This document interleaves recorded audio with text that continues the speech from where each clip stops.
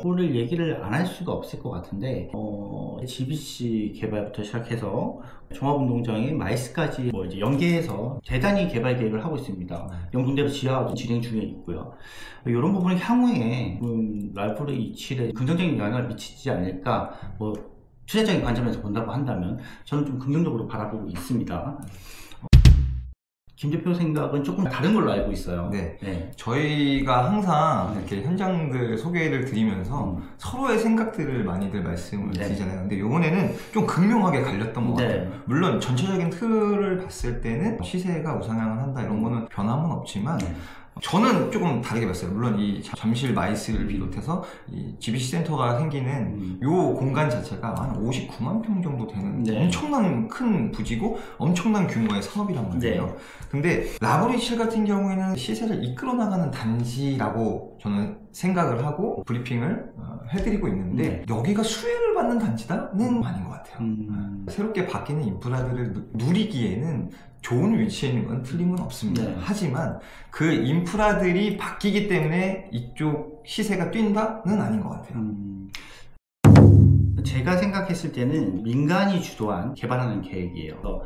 나라가 주도하는 개발 계획과 다르게 다 그런 건 아니지만 일부 대기업들은 땅이나 건물에 대한 투자를 해서 시세 차익을 갖는 것도 사업성 중에 하나거든요.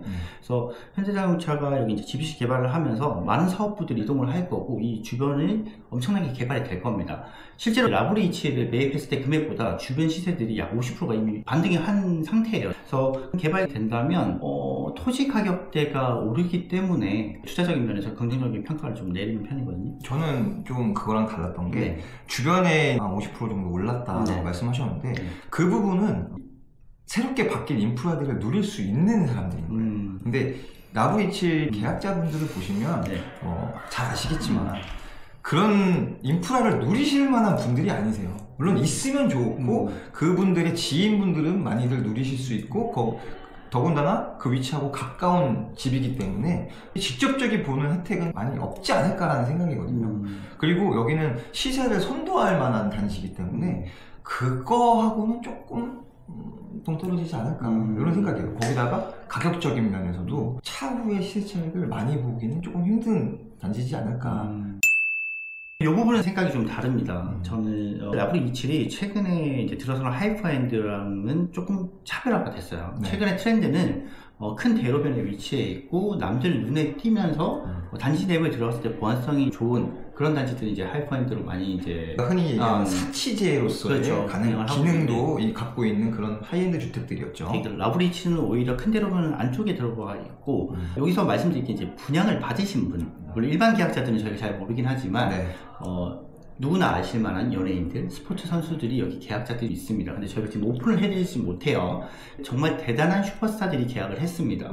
어떤 연예인들이 들어갔다고 해서 그 시세를 올려준다고는 볼 수는 없을 것 같지만 그 단지를 좀 주목하게끔 이슈화는 시킬 수 있을 것 같아요. 최근에 계셨던 브라이튼 M40부터 시작해서 그리고 저는 가장 비교를 지금 하고 싶은 게 아페라 한강입니다. 아페라 한강이 준공 전까지만 해도 사실 마피 호실도 있었고 분양이 완벽하게 다 되지 않았었어요.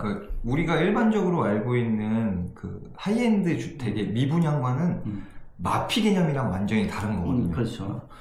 일반적인 하이엔드 같은 경우는 세대수가 조금 줄면서 천천히 파는 것 뿐이지 우리가 알고 있는 대규모 단지 미분양과는 정말 다른 얘기거든요. 그런데 최근에 장윤정 씨를 필두로 해서 BTS 제이홉이라든지 김고은 씨가 있고 공유 씨까지 기사화가 되면서 그냥 연예인들의 아파트가 돼버렸어요. 맞아요. 상당한 이슈가 됐고 가격도 많이 상승을 했습니다. 라브리27도 준공이 되면 분명히 기사화가 될 겁니다. 그렇게 되면 이슈되는 단지가 될 것 같아요. 그 시점이 되면 GBC가 이제 착공이 들어갔을 시점입니다. 그래서 그런 여러 가지 긍정적인 효과를 보면 강남의 패권이 삼성역 쪽으로 바뀔 수도 있다고 얘기하시는 분들도 있으세요. 이 개발 계획이 아까 말씀하신 것처럼 정말 큰 면적에 대단위로 개발을 하는 거기 때문에 그리고 첨단 룰렛이랑 이제 홍실 아파트, 재건축 아파트도 입주를 앞두고 있거나 곧 준공이 될 건데 이 주변이 탈바꿈하는 것 같아서 다시 한번 삼성동이 재평가를 받지 않을까, 투자적인 면도 괜찮지 않을까 조심스럽게 예상해봅니다. 그래서 조 대표님께서 말씀하셨다시피 저도 여기가 시세 차익이 생기지 않거나 뭐 그대로 머무르는 그런 공간은 아니라는 건 확신합니다.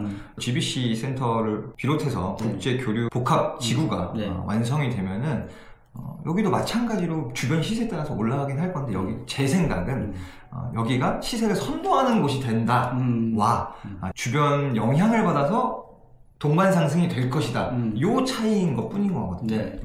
그래서 여기 같은 경우에는 삼성동 일대는 모르겠어요. 그때 가봐야 알겠지만 그 고급 주거에 선도를 하는 위치가 어떻게 바뀔지는 되게 기대가 되는 현실이거든요.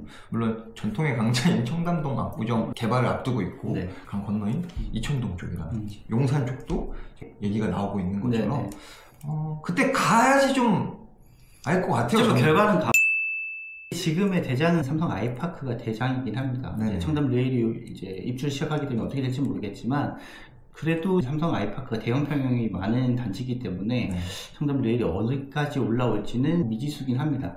근데 여기 삼성동에서 하이파인드는 이제 여기 라브리치밖에 없잖아요. 그래서 아파트랑 같이 보는 게 맞을지 아니면 좀 구별해서 봐야 될지는 저는 철저하게 구별해야 된다고 봐요. 왜냐면 특별한 단지이기 때문에 일반적으로 200세대, 300세대 이상이 들어갔던 뭐 아이파크 삼성이랑은 다른 결이다. 시세를 좀 선도하는 단지다. 이렇게 보는 거는 뭐 여지가 없을 것 같아요. 그래서 여기는 입지, 그리고 전체적인 사업성, 그리고 학군, 역세권 뭐 하나 빠지지 않는 괜찮은 사업지고 그와 더불어서 뭐 말씀드렸다시피 현대건설이 시공을 하고 있고 좀 안정적인 사업이고 본 PF 전환이 끝났고 더 이상 이슈가 있을 게 없는 현장입니다. 그렇기 때문에 소개를 드리는 거고 계약도 대부분 완료가 돼서 그렇게 많지 않은 걸로 알고 있어요.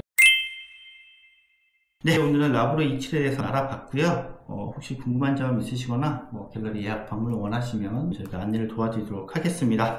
다음에 더 좋은 컨텐츠로 만나 뵙도록 하겠습니다. 감사합니다.